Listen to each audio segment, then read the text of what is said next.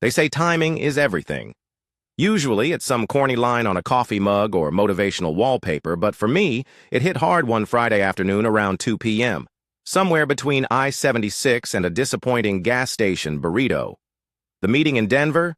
Canceled. Pushed to next week by a client who apparently had a family emergency, which probably means he scored Nuggets tickets and didn't feel like talking wholesale contracts. Tom, my colleague, offered to stick around and kill time at a downtown bar, but I figured I'd head home early. Surprise my wife. Be the good husband. Fix the goddamn bathtub drain she's been nagging about since Easter.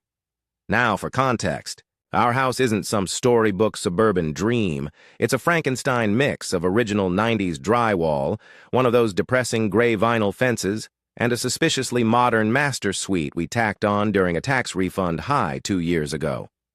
The bathroom in that addition was the crown jewel. Heated tile floors, rainfall showerhead, clawfoot tub so deep you could baptize a buffalo in it. But the plumbing under it? A marvel of amateur decisions and Lowe's weekend warrior optimism. The access panel to the pipes is in our walk-in closet, right behind the section where Rachel keeps sweaters she never wears but insists on folding with military precision. You lift a trapdoor, drop into a crawl space that smells like regret and old fiberglass, and if you're lucky, you don't get ambushed by whatever's been nesting in there since the Obama administration. Anyway, I got home, didn't bother texting. Rachel. Her schedule's predictable. Pilates, overpriced green smoothies, then work until 6. She's an account manager at the same company I work for, which is both convenient and mildly infuriating. She works under Nick Henderson, the regional director. Tall, silver fox type with veneers so bright they could guide ships in fog. The kind of guy who calls waitresses sweetheart and still thinks Bluetooth earpieces are cool. I toss my duffel in the laundry room, grab my tools, and head straight for the closet. 20 minutes later, I'm lying flat on my back in the crawl space, flashlight between my teeth, elbow deep in a mess of PVC, rust, and hair that could qualify as a missing person. It's peaceful in a weird way. You don't think about quarterly targets or how your cholesterol's creeping up when you're under a house. You just think, do I smell rat poison? Which it turns out, I did. A cracked container of the old-school green pellets was tucked behind one of the support beams, probably left over from when the previous owner had a raccoon problem. I made a mental note to tell Rachel we've been soaking in a chemical stew every night. Then came the noise. It started with footsteps, light, deliberate, not mine. Then water. Not the gurgling of pipes, but the specific sound of a faucet being turned on, the one in our bathroom, followed by voices. Muffled at first, then clearer. A man's voice, playful, smug. "Didn't expect you to be this cheerful after all those meetings," he said. Then her laugh. Not the polite one she uses at work mixers, but the private one. The one with the inhale snort I used to tease her about. I froze. There's a ventilation grate up top, right under the tub, meant to prevent moisture buildup. It also happens to be a perfect conduit for sound. I shifted slightly, angling my head to catch more. Bad idea. A piece of insulation rained down like confetti. I didn't care. "Relax," she said. "We've got a full hour. He's in Denver. Thinks I'm working late." My hand tightened around the wrench. Not in a rage kind of way. More. Like the way you grip your car keys when you realize you parked in a sketchy lot. My heart wasn't pounding. No tunnel vision. Just a sudden and total stillness, like when you see a deer in your headlights, but the deer is your marriage, and the headlights are two naked co-workers getting cozy in your home spa suite. I could have burst in. I could have screamed. I could have snapped a picture, sent it to HR, or hell, thrown a wrench through the floor like some DIY Thor. But instead, I eased my way backward through the crawl space, my shirt catching on nails, my boots scraping old concrete. I slipped out the side hatch that opens into the backyard, walked around to the front like I was taking a leisurely break from watching YouTube plumbing tutorials. And there it was, parked right in front of my driveway like a middle finger, wrapped in chrome, a brand new BMW X5, dealership tag still dangling from the rearview mirror. I looked at the license plate frame, Henderson Motors. Of course. What happened next wasn't premeditated. I'm not some lunatic.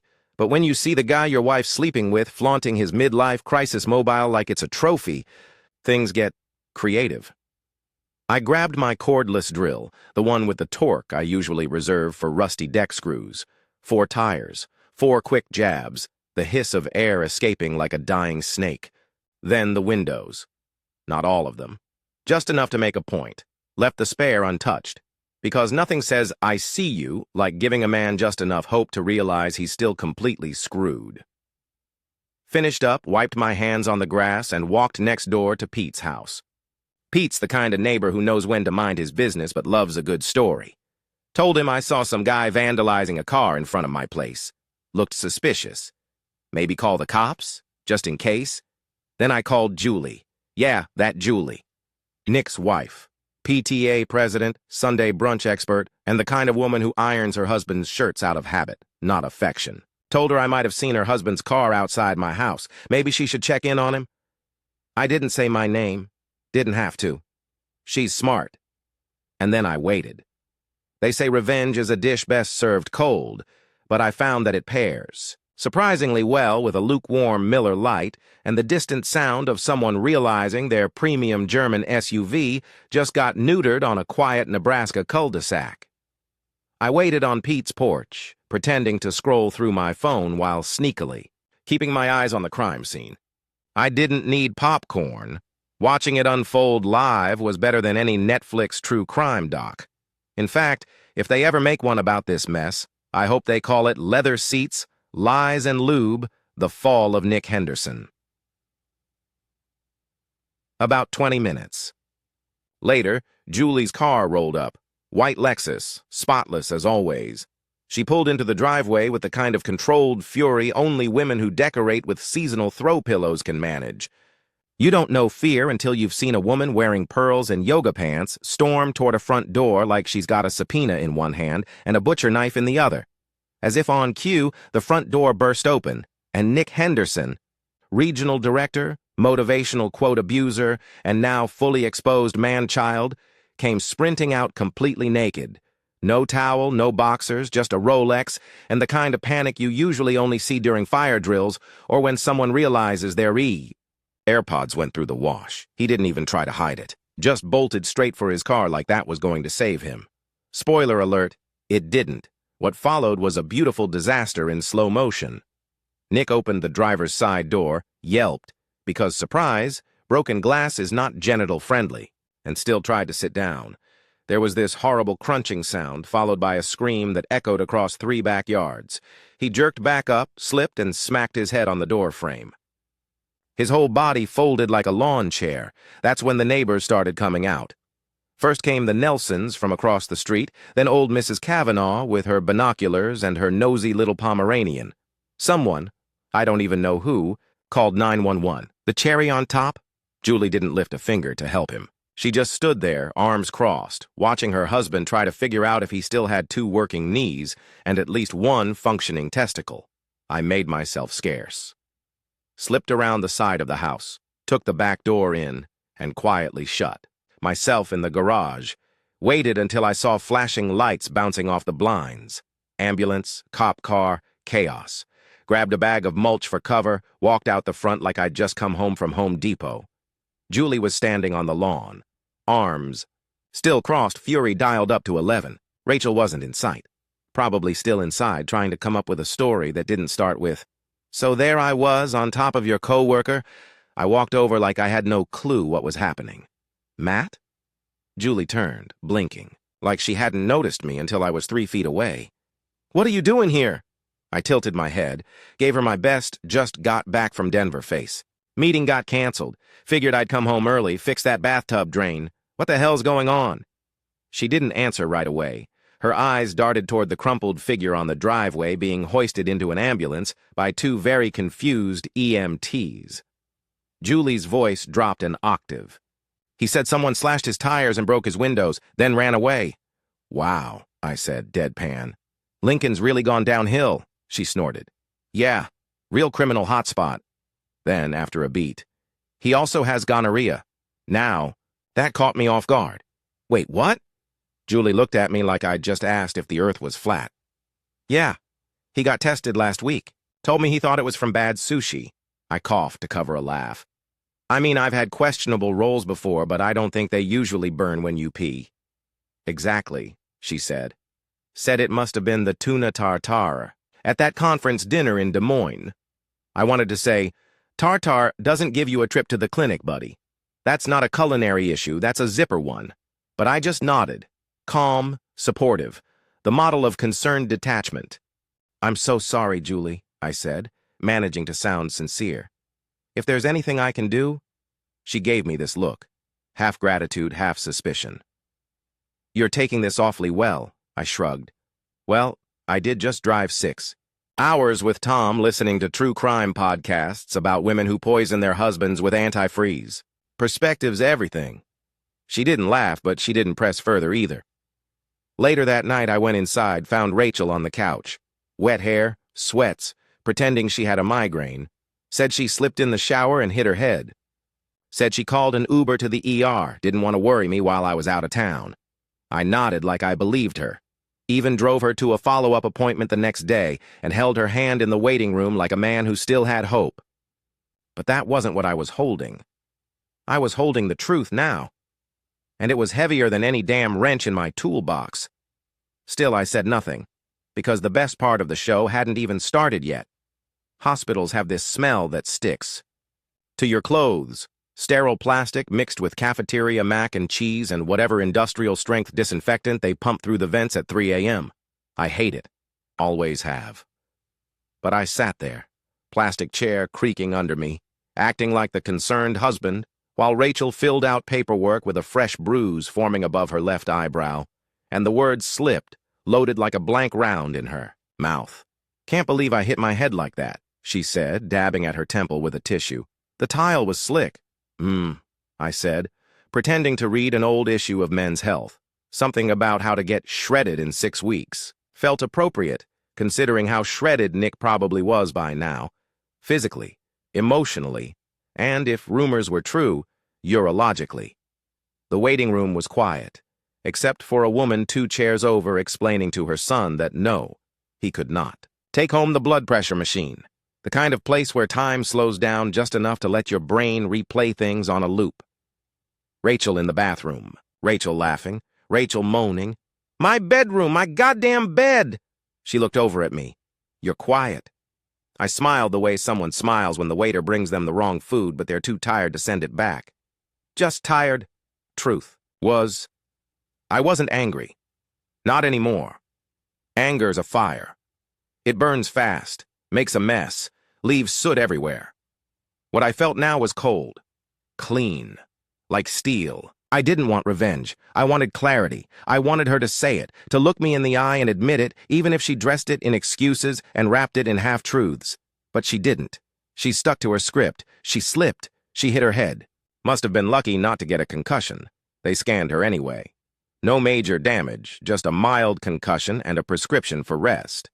The doctor said to avoid stress, bright lights, and anything jarring. I almost laughed. On the way home, my phone buzzed. A text from Julie. He's out of surgery. They had to remove a testicle. Thought you should know. I pulled over into a Walgreens parking lot and stared at the screen like it was a magic trick. 1 ball. Just 1. Nick Henderson, the man who once gave a whole conference talk about doubling your assets, now had a literal singularity situation in his pants. Rachel looked over. Everything okay? Work, I said. Tom's being dramatic again. She nodded. Tell him to take a nap and drink water. That's what you always tell me. We got home. She went to bed early. I stayed up, organizing tools in the garage, wiping down sockets and drill bits that didn't need wiping. At some point, I sat down on the concrete floor and let the silence settle. It wasn't sadness. It was more like watching a building you've known your whole life burn down from a safe distance, knowing the insurance will cover it, but still feeling weirdly hollow. Next morning, Rachel acted like everything was normal. She made coffee, toasted a bagel, even asked if I wanted to go to Costco later, like we hadn't just hosted a live-action episode of Cheaters in our house 48 hours earlier. I nodded and said I'd think about it. But before we left, I went to my doctor, just to check, blood work, urine, full panel. I told the nurse it was routine. She asked if I'd been exposed to anything unusual. Let's just say, I told her, I may have stepped in something unsanitary recently. 2 days later, I picked up the results. Negative across the board, clean as a whistle, not even a vitamin deficiency. That night, I left the envelope on the kitchen table. Next to it, I placed a second envelope. Inside that one, divorce papers. Neatly signed, dated, and copied for her convenience. I didn't say a word. Just went to bed in the guest room like I'd been doing since her fall. Around midnight, I heard her footsteps. She stood in the doorway for a while before she spoke. Matt, I didn't mean for any of this to happen. I didn't look up. Is that from the apology manual or something you came up with on your own? She sniffled. Nick, he pushed it. I was in a weird headspace. I didn't think you cared anymore. I laughed quietly, not bitter, just tired. So you decided to screw my coworker on my sheets? She started crying. Real tears, maybe. I didn't care. I love you, she said. Then the phone rang. She flinched. I didn't move. She picked it up and I knew it was Julie. I didn't need to hear both sides to follow the plot. Rachel went pale. You what? She said. A pause. Divorce? But another pause. I stood up finally and stretched. My back popped in 3 places. Tell her congrats, I said, walking past her toward the kitchen. She finally did something Nick couldn't, pulled the plug at the right time. Saturday morning rolled in like a slow-moving freight train, quiet, heavy, and impossible to ignore. The envelopes were still on the kitchen table, unopened but glowing like radioactive truth. I made pancakes. Not to be polite, not as a peace offering. I just like pancakes, blueberry, double stack, crispy on the edges, because if you're going to end a marriage, you might as well do it on a full stomach. Rachel finally came downstairs around 10, wearing that old college hoodie like we were, still in our 20s, and the biggest problem we had was whose turn it was to pay the water bill. She walked into the kitchen and stood there, staring at the table like it had personally insulted her. I saw the results, she said. Her voice was low, maybe embarrassed, maybe scared. You're clean. I didn't look up from my plate. Yep, she ran a hand through her hair. So, what does that mean? That we still have a chance? I took a bite, chewed slowly, gave her time to hang herself with the silence. It means I've got no STDs, no regrets, and no reason to keep sleeping under the same roof as someone who thought loyalty was optional. She started crying again. I swear, if tears could undo infidelity, she'd have rewound the whole week. Bye now. You're throwing this away? She said. Just like that? No, I said, finally standing up and walking over to the table. You threw it away. I'm just taking out the trash. I slid the envelope with the divorce papers across to her, like a check at the end of a date we both knew wasn't going anywhere. She didn't open it. Just looked at me like I'd grown a second head. Then right on cue, the doorbell rang. She jumped, startled. I'll get it, I said. It was Julie, wearing sunglasses, no makeup, hair pulled back like she just walked out of a courtroom, or was about to walk into one. She held a manila envelope in one hand and what looked suspiciously like a champagne bottle in the other. Thought we'd both earned this, she said, holding up the bottle. I already toasted. Once. Figured I'd give you the honor of the second round. I stepped aside and let her in. Rachel tried to play it cool, wiping her eyes and putting on that innocent smile she used to give to her mom when she snuck in past curfew. Julie didn't even acknowledge her. Anyway, Julie said, holding out the envelope. Signed, filed, dated, and oh, Nick's moving into a condo near the airport, close to his new therapist and his urologist. Rachel blinked. Urologist? Julie smiled like a cat who knew exactly where the canary feathers went. You didn't hear? She turned to me. You want to tell her? I shrugged. Let the record show I offered him a spare tire. Julie leaned in just enough to twist the knife. He's down a testicle, emergency surgery, rupture, some kind of accidental impact injury, I believe the term was. Might want to avoid sushi for a while.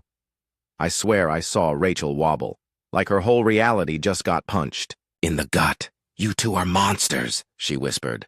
No, I said. Nick was the monster. We're just the credits at the end of his episode. Julie laughed, a sharp little bark of a sound. He thought he could screw his coworker and come home like nothing happened. Now he's got one egg, a wrecked Beamer, and no house. She looked at Rachel. And you? Well, you picked a hell of a hill to die on. She handed me the bottle. Finish strong. Then she walked out, heels clicking like a punctuation mark on a courtroom closing argument. Rachel didn't speak. Just sat there, small, quiet. Beaten, not by force, but by truth. I grabbed the papers and the bottle and headed toward the guest room. Wait, she called. What now? I stopped in the hallway. Now? I replaced the mattress. Yours smells like betrayal and expensive cologne. And then I sleep like a damn baby. I shut the door, cracked the bottle open, took a swig straight from the neck. You know how most stories end with a ring? Ours didn't. Ours ended with a report from a urologist, a single signature, and a brand new mattress from Costco. I'd say that's progress.